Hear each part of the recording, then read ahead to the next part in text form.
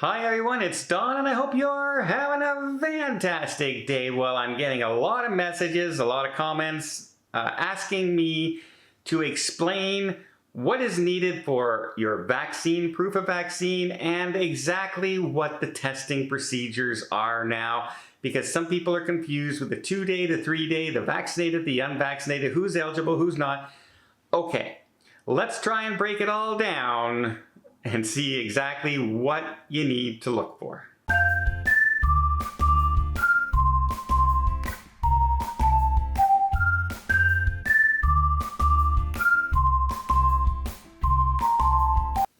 Okay, I'm not going to talk about medical exemptions and all that because you need to show proof of that even before you get to the port. You have to send that in to the cruise lines, you have to apply for an exemption, etc. And that's even if they approve your exemption at all. A lot of times now they're saying you have to be 100% vaccinated depending on the location. But as proof of vaccine, you can use whatever is designated by your country. So in the United States, you have the vaccine card right now. That's what you're being used. You can show that, that's your proof. It'll have your vaccines that you got, the dates they were given, and who gave them. Then here, for instance, in Canada, we have an email sent to us. Then you can use that email from either your pharmacy or the medical pop-up clinic, wherever you got it done at, that is your proof. Now, if you're like myself from Canada and you got an email, I would take both emails, your first dose and your second dose, because you need to show proof that you have the same vaccine. Remember, some of the cruise lines are not accepting mixed vaccines. So you need to go and say, I got 1 dose of Pfizer, I got my 2nd dose of Pfizer, here's the dates, and I'm good to go. That's what you need. And that goes for flying in from the UK. Whatever the country's use is. Some places now are coming up with a vaccine passport for travel, which will be accepted by the cruise lines as well. Canada is in the process of developing one right now. However, we're in the middle of an election and they decided that having an election was more important than getting, through the pandemic, because that's what they decided, I guess. So that's what you need. Anything that your country uses as its proof, as its main proof, that is what you use. And there have been cases of people using fraudulent cards, and they have been caught. They have been arrested and they have been charged, and those fines are hefty. There's a couple people who were caught in Hawaii, a couple people who were caught in Bahamas, a couple people who were caught in Canada. So if you're one of those people who don't want to get vaccinated and you're going to use a fake card, just buyer beware, because it's a lot more expensive fines and ramifications than what your cruise probably cost you. Let's put it that way. In fact, here in Canada, one person was charged over $100,000. So that just gives you some idea of the fines that can be implemented for using fake vaccination, proof of vaccination cards. Okay, so that's vaccines and what you need to bring for proof of vaccines. Now, quickly before I tell you about the testing regimen, let me just ask you to hit that subscribe button if you like videos like this, if you like keeping informed on the news and the cruise news and cruise vlogs, all things cruising. Hit that subscribe button. It doesn't cost anything. It just lets you know of an upcoming video, and I would really, really appreciate it. It does help the channel out a lot. All right, now as far as testing is concerned, the cruise lines I've seen so far, we have Royal Caribbean now has changed. Princess, Holland America, Carnival, and Norwegian have all changed to needing a 2-day testing, So what that means is anytime 2 days before. So if you're going out on a Saturday, you can get your test done on the Thursday. It doesn't matter the time, it matters the day. So Thursday, Friday, Saturday. It will no longer be good on Sunday. But people are reading that, well, and this is for vaccinated passengers only, 12 and older. kids who are between the ages of 2 and 12 who can't be vaccinated yet and also unvaccinated passengers who have been approved to sail will have 3 days to come up with a test, except that test has to be a PCR test, not the quick antigen test. It has to be a medical PCR test. Now there is an RT PCR test, which is a much faster one to get done, but they are much more expensive.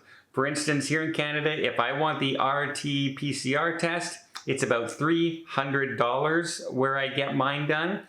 The antigen test is $40. Gets you an idea of the difference in price. So if you're unvaccinated or your children are unvaccinated, you have 3 days for that test, but it has to be a PCR test. And the PCR test, the standard PCR test, can take up to 48 to 72 hours to get your results back.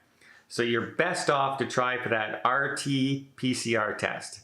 Basically think of it as rapid PCR test. And it'll be more expensive, but you get that result back in the same day. So that should help you, plan out your trip much, much easier. And I know it's a pain in the butt.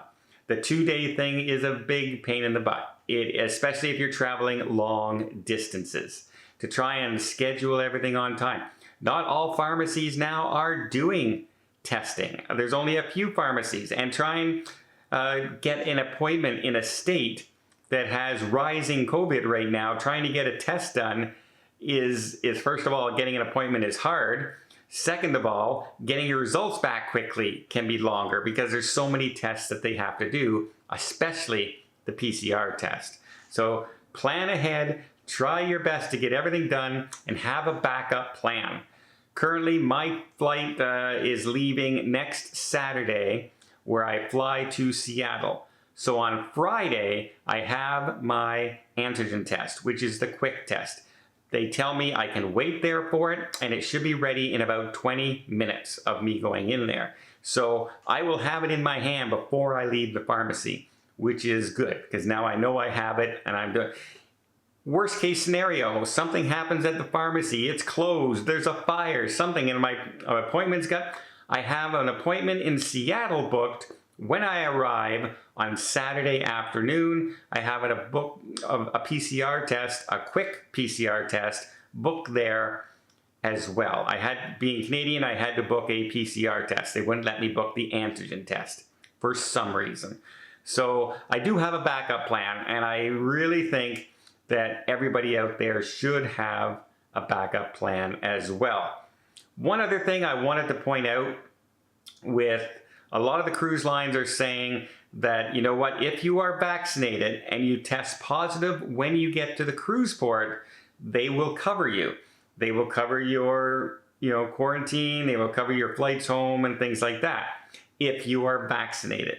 If you're unvaccinated, that all goes on you. You have to have the insurance for it, and that includes your kids as well. Something to keep in mind. But if you look at some of the fine prints on some of them, if you show up at the cruise port and you don't have proof of a negative COVID test and you're relying on them to do one at the port. So say you're going on the Norwegian Gem and you show up at the port because they're going to do a test before you get on board. That's what Norwegian's doing, and you test positive.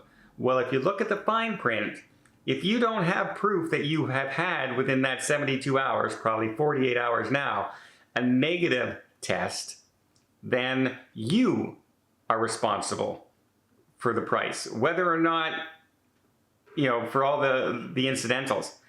So they may say, yeah, you don't need to come in with your own test because the test is going to be done here at the port.